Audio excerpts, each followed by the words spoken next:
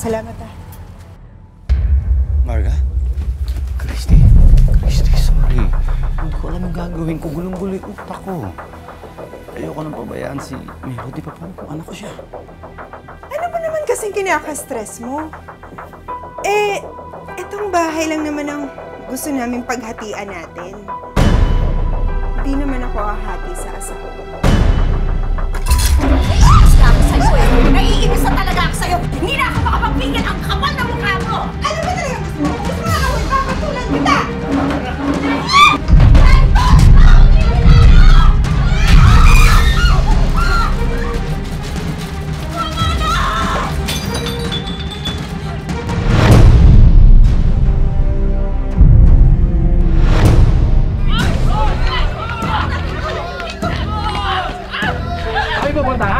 Hindi namin hahayang bata sa anak yung salot! Hindi salot ang anak ko! Di ba nakakagawa ng apoy anak mo? Kampun siya ni Satanas! Sige, kunin niyo na yan!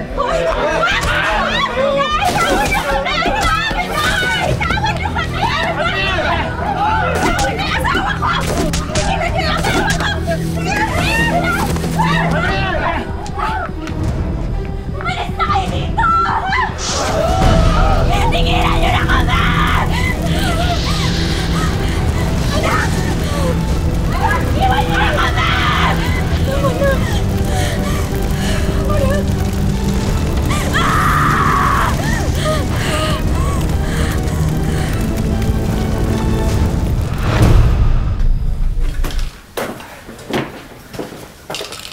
Ramil, sigurado ka bang ligtas tayo dito? Parang mas delikado tayo dito kaysa sa probinsya eh. Akala ko rin una, mas ligtas tayo kung nasa probinsya tayo. Hindi naman pala. Mas nilagay pa natin sa delikado yung anak natin. Pero alam mo, tagal din ako natira dito sa bahay ng lola ko. At hindi mapanghusga ang mga tao rito.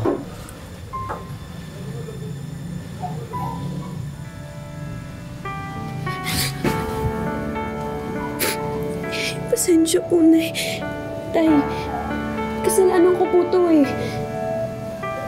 Ano yung sinasabi mo, anak? Totoo naman po yung mga sinabi ng mga taga-probinsya eh. Halimaw po ako, hindi ako normal. Hindi ka halimaw, anak. Pero bakit po ako ganito? Bakit nakakagawa ako ng apoy? Hindi importante kung ano ka at kung saan galing ang abilidad mo, anak. Ang importante, mahal na mahal ka namin ng tatay mo at hindi namin nahayaang masaktan ka kahit kailan.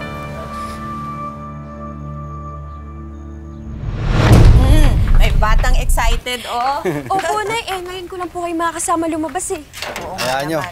Pagkatapos natin mamalengke, ililibre ko kayo ng ice cream. Eh, yan naman! Ay, pero sandali, bago tayo umalis, tingnan ko muna kung ano, ha? Kung kumpleto na yung ano, listahan natin. Ay!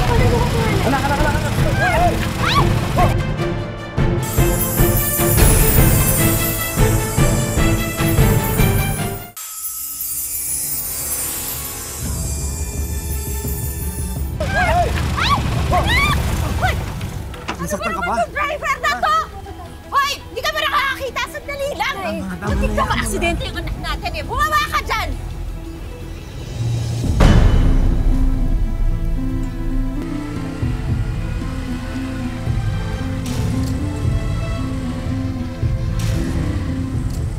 Marga? Anong ginagawa mo dito? Sino po sila? Ako ang unang girlfriend ng tatay mo. Bakit nandito ka? Anong gusto mo? Ang sungit mo naman, Ramil. Eh, binibisita ka lang naman namin ng anak mo. Anak? Daddy? Ano ibig sabihin nito? Hindi ko alam. Hindi ko alam. Nung naghiwalay tayo noon, buntis na ako. Pero hindi na kita ginulo. Kasi nga, di ba, happy na kayo ni Christy. Ang gusto ko lang naman, may matuluyan kami ng anak ko. Ng anak natin, Ramil. Tuluyan. Pasensya ka na, Marga, ha? Hindi hotel yung bahay namin. Pwede na kayong umalis. Excuse me, may karapatan din ako kay Ramil. Dahil may anak kami. Kahit sa ayaw at sa gusto mo, Christy, titira kami sa bahay na to. Tira ka. Alam ko! Huwag ka muna dyan! Sabi ko sa'yo, lumayas ka! Lumayas ka! Bitawan mo na, bitawan mo na. Tawag ko eh! Bakit mo mamasok eh? Oh! Tama na! Tama na kasi! Pati mga bata nag-aaway ni. Ano ba gusto mo? Lumayas na kayo, kundi mapaparangay ko kayo! O sige, magpaparangay ka! Tignan natin kung sinong kakampihan sa atin pag nalaman nila na anak nila si Melody. Patay na ang asawa ko. Namatay siya ng punong-puno ng utang, kaya kinuha ng bangko lahat ng meron kami. Wala na kaming matutuluyan ni Melody.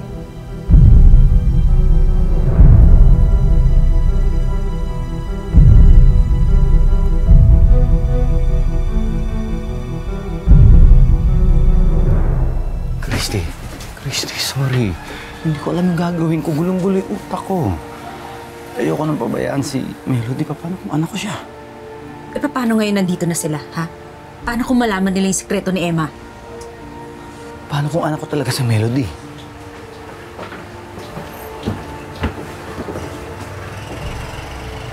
Daddy, can I take this room? Dito na lang po kami magstay ni Mommy. Hindi pwede. Kasi, kwarto yan ng anak ko eh. Okay lang, Nay. Ipapabaya ko po muna yung kwarto ko. Pansamantala lang naman po eh. Doon na lang po muna ako sa baba. Sa dating kwarto ni Lola.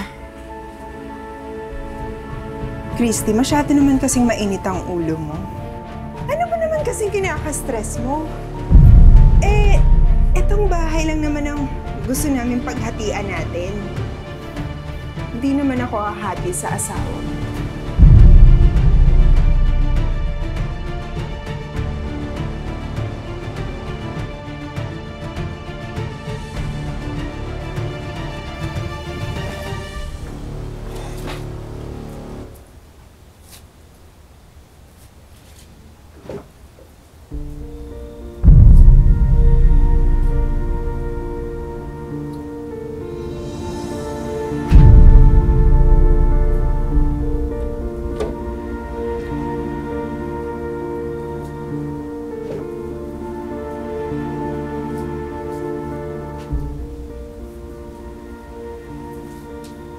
Ano yan?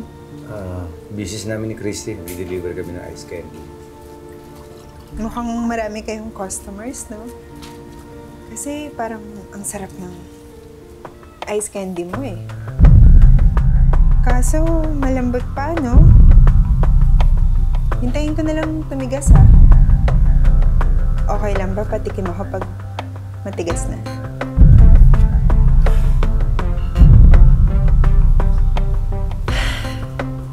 Hindi ka pa rin nagbabago, no?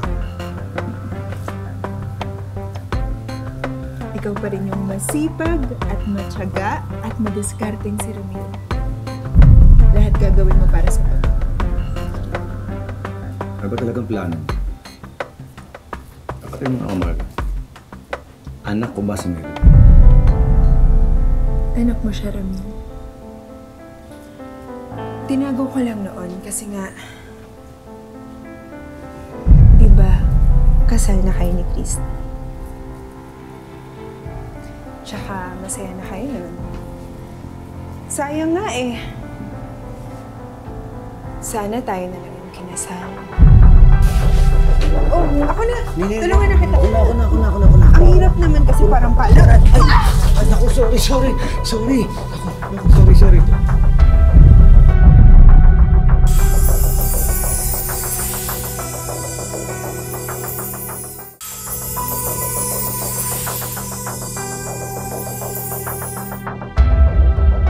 Ang hirap naman kasi parang pala. Ay, naku, sorry. Naku, sorry. Oh! Huwag ka nang mahiya.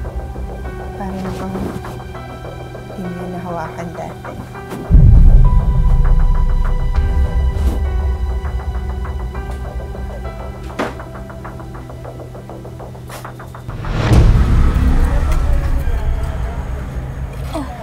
Ate, gusto mo i-try? Pwede ba? Huwag kang magbait-baitan. Nakakairita at huwag mo rin ako matawag na ate. Hindi ko pilang may kapatid at ayoko nang may kahati. Para namang pinasubukan ko lang to sa iyong pagtatanim. Dami mo nang sinabi. Sinasabi ko lang para alam mo. Tsaka bakit ka ba nandito? Hindi ka ba pumapasok sa school? Si nanay lang nagtuturo sa akin. Hindi ako pumapasok sa school. At bakit? Basta. Teka nga, kung tutusin pareho lang naman tayo eh. Wala ka din naman sa school. Baka nakakalimutan mong wala kaming pera kaya nandito kami. Gusto mo bang itanim yung utak mo dyan ng tumubo at tumalino ka naman?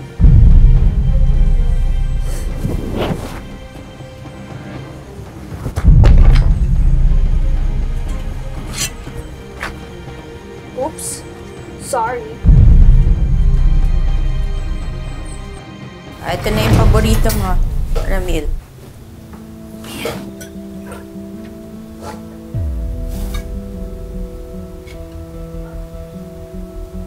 Alam mo, parang masarap naman yung tinola mo.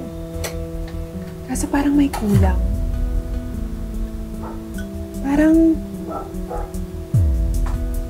Parang kulang sa spices. Parang amori. Alam ko na, next time ako naman na magluluto para naman may matikman na ibang putahe yung asawa. Pasensya ka na ha. Dapat pala nilagang baka yung hinain ko. Kaya lang kailangan pakuluan kasi. Yung matigas na pagmumukha mo. Ang kapal din naman ang mukha mo, no? Ikaw na nga lang nakikikain dito, ang dami pa reklamo. Tama na. Pa! Hindi naman ako nagreklamo. Magsasabi lang ako. Gusto mo ba ng totoo? Matanong nga kita. Kulang ba ng tela dito sa Pilipinas? Panyo na lang kasi ang suot mo eh. Ito ba? Hindi naman. Kulang ba sa tela? Sexy lang talaga ako. Kaya nga, baliw na baliw sa akin yung asawa mo dati. Noong kami. Naiinis na ako sa'yo eh. Naiinis na talaga ako sa'yo. Hindi na ako makapagbigyan ang kapal na mukha mo. Pigo na rin ako sa'yo eh. Ano ba talaga gusto mo? Kung gusto mo na ako, ipapatulan kita!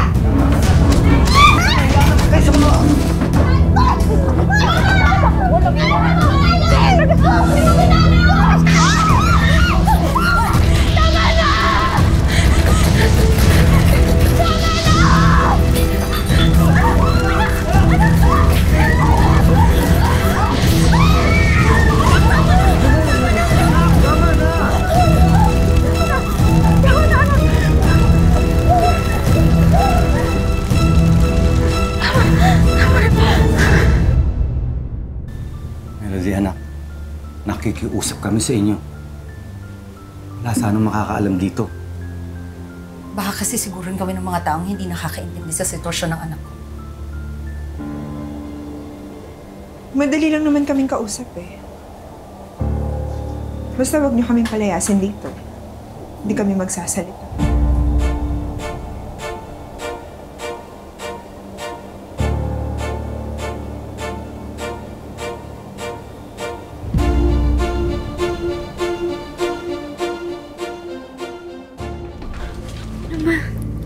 Hindi ka ba natatakot sa Emma na yun? Pwede niya kaya tayo sunugin ng buhay. Hindi ako natatakot sa demonyitang yun. Tagal kong pinangarap si Ramil na mapasahan ulit. Kaya miski apoy, hindi ako mapipigilan.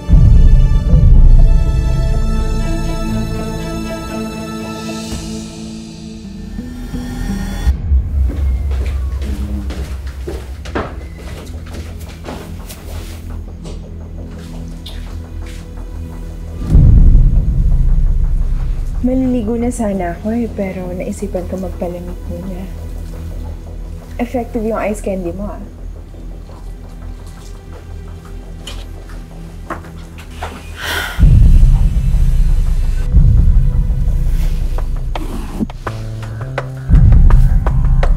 Ay, sorry.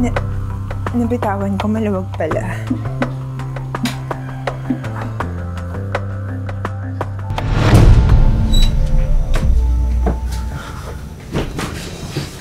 Akala mo ba gusto ko yung pinagagawa? Tantanan mo na ako.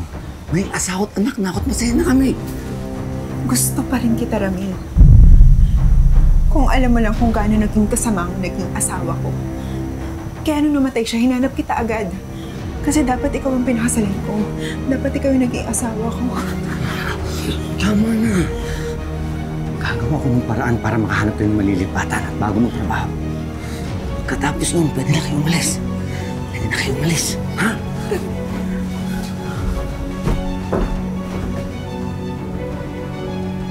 Ma, ayoko na dito. Umalis na tayo dito. Tsaka natatakot na ako sa Emma na yun. Ano pa? Konting tiis na lang. Tsaka mapapasakin na rin si Ramil. Ma, tama na. Obvious naman na hindi ka niya gusto eh. Tsaka hindi ko naman siya totoong tatay. Sige, ilakas mo pa. Hanggang may makarinig sa'yo. Hindi mo sira yung plano ko. Mapapasakin si Ramil at tutulungan mo kung nangyari yun. Ha?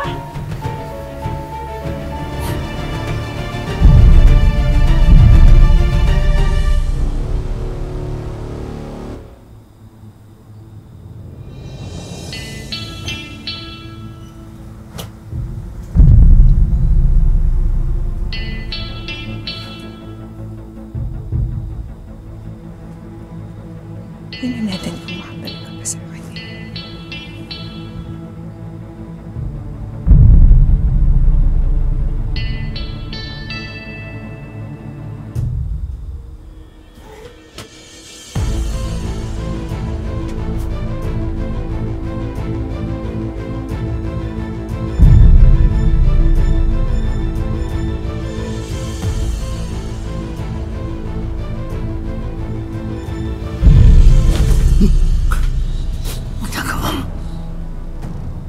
Pag pumalag ka, mas marinig tayo ng basa.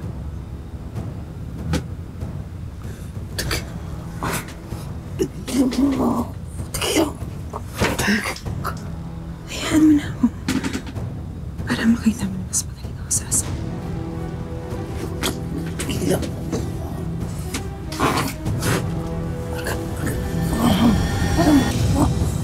Haliparot kang babae ka? Haliparot kang babae ka? Ay, sabi ko na nga ba eh, mas makali ka pa sa higa. Ano ba? Nasasaktan ako! Ito, halika dito! Ayop ka! Malandi ka ba sa higan? Ha? Katabi ko na yung asawa ko! Ginagabang mo ka, ha? Malamang yawa! Ayop ka! Malandi ka! Lumayas ka dito sa mamabahay ko! Lumayas ka! Pinatira kita dito pero hindi ko pinahihiram sa'yo asawa ko! Akin si Ramil! Ako ang nauna sa kanya! Ako ang pinakasalan! Ay! Oh! Umalis ka, Alex! Umalis ka nga! Sandali mo! Ayaw ka umalis dito! Kung amuhin mo, kayo ng nanay mo aswang! Dahil sinusubukan yung aswang yung tatay ko! Anong pinagsasasabi mo dyan? Nay! Hindi totoong anak ni tatay si Melody! Narinig ko sila magkausap ng nanay niya! Ipinalabas lang nila na anak ni tatay si Melody para makuha sa atin si tatay. Ano? Malandi ka na, sinungaling ka ka! Mabukena ka! Bakit yun naman ito ka? Halimaw na kayo dito! Mara, tama na kayo. Malis na kayo dito! Umayas ka! Nay! Hindi ka sasama sa akin!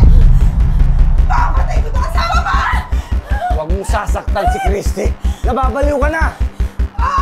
Baliw na baliw ako talaga! Baliw na baliw sa'yo! Nay! Nay! Bitaw ko sila, Nay! Anak! Tama na! Tama na! Malis na kayo dito!